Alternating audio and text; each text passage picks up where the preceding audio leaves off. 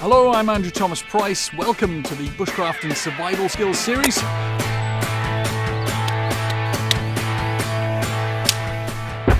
In this episode, I'll be looking at the versatility of a general purpose axe.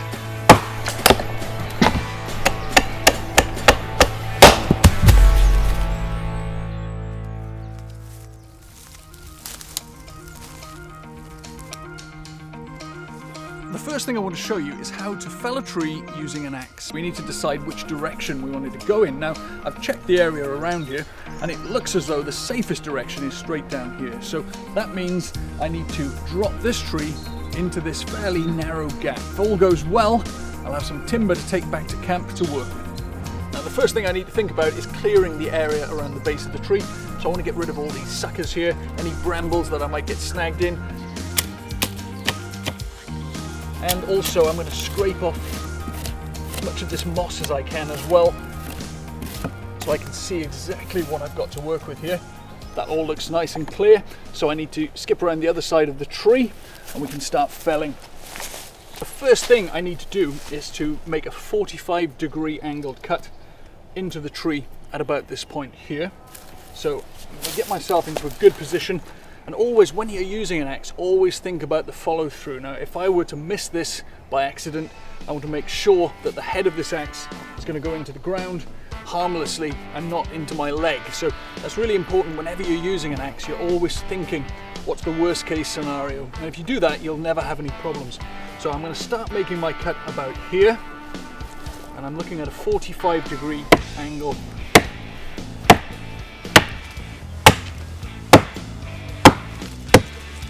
So I'm making another cut now just to clear this mouth here so it has a good area to fall into. I think we can stop this side. I've created the mouth, there's a good notch there. It should fall straight down there and then we should be good to go. So what I need to do now is release the tree by making another cut slightly higher about here. And if I've done it right, it should fall exactly where I want it to go. So let's see how we're getting on.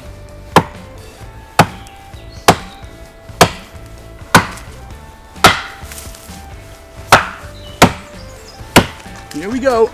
Now I've got the tree to the point where it's almost through at the base, but it's hung itself up on another tree. Now this isn't too much of a problem. I can see it's only just about caught on one small branch. So plan B, I'm going to cut again. The shock will allow it to roll out of position. So we'll try this now. Let's give it a go.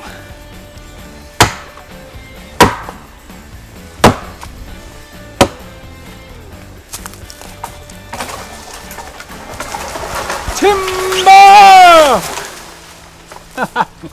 The axe made short work of that, so another use for an axe is what we call limbing. So that's removing the branches. In order to remove these, what we don't want to do is come down into the gap there because it will get bound up. It's very, very difficult. So what we do is stay on the opposite side of the main trunk of the tree, and we're going to work in an upward motion, removing limbs like that. If you think ahead, always plan where that cut will go, you'll never have any problems. So here we go. Got a Y-shaped section here, so I'm going to remove that in exactly the same way. Yet again, cutting in such a way that if I do slip, it'll go into this clear area. So that is the felling and the limbing out of the way. Now I can cut this up into manageable pieces which I can transport back to camp, and then I'll show you how to use the axe for splitting and carving. Well, I'm back at camp now and I've just brought this piece of the tree that I felled, so it's a good idea if you have a saw to use the saw to cut things up. It's much easier to split because it'll sit nice and flat.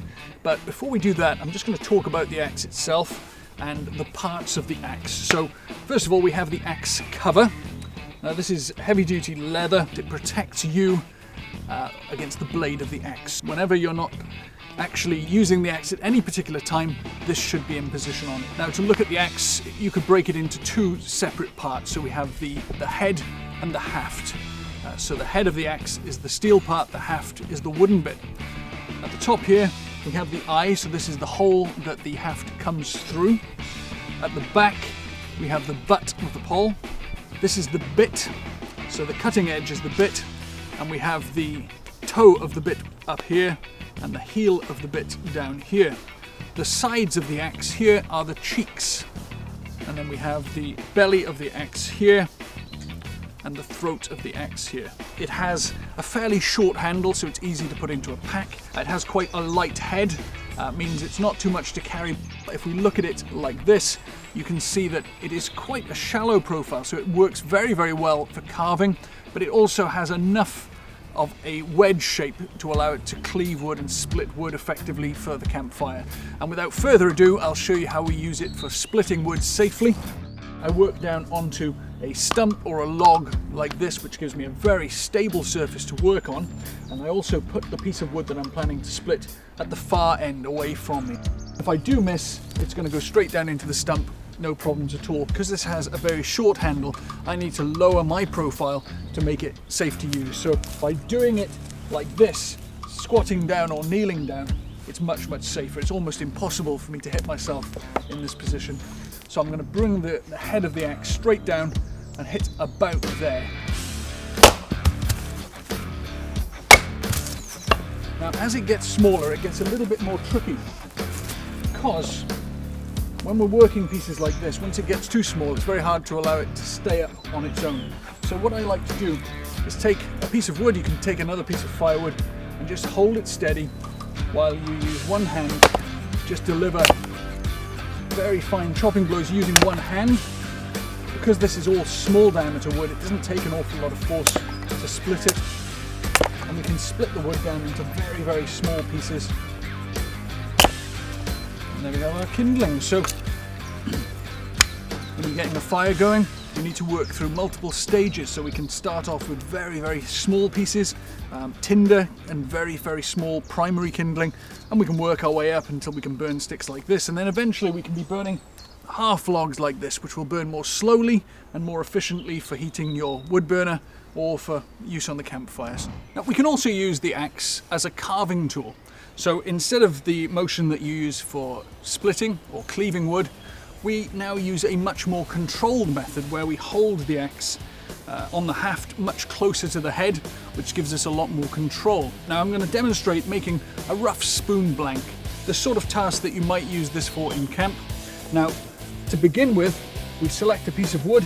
So what we need to do is keep our fingers and our thumb out of the way. Now when I'm using it, I'm going to start removing material down here. Now you notice that I'm using fairly short chops, and I'm not bringing the head above my hand, so I'm just taking controlled short chops like this. If I find that it's getting tiring and I need a little bit more force, I can move my hand further down. Gives me a little bit more leverage. I may find if I want to do fine detailed work, I'm coming right up, getting right close to the head, right on top of the head in some cases.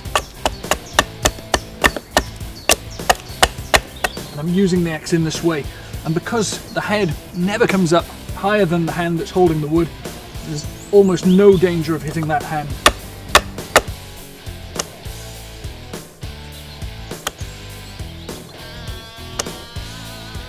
Well, that concludes this episode of how to use an axe for felling, splitting and carving, and if you've enjoyed, please like and subscribe the Bushcraft and Survival Skills channel, and we'll see you next time.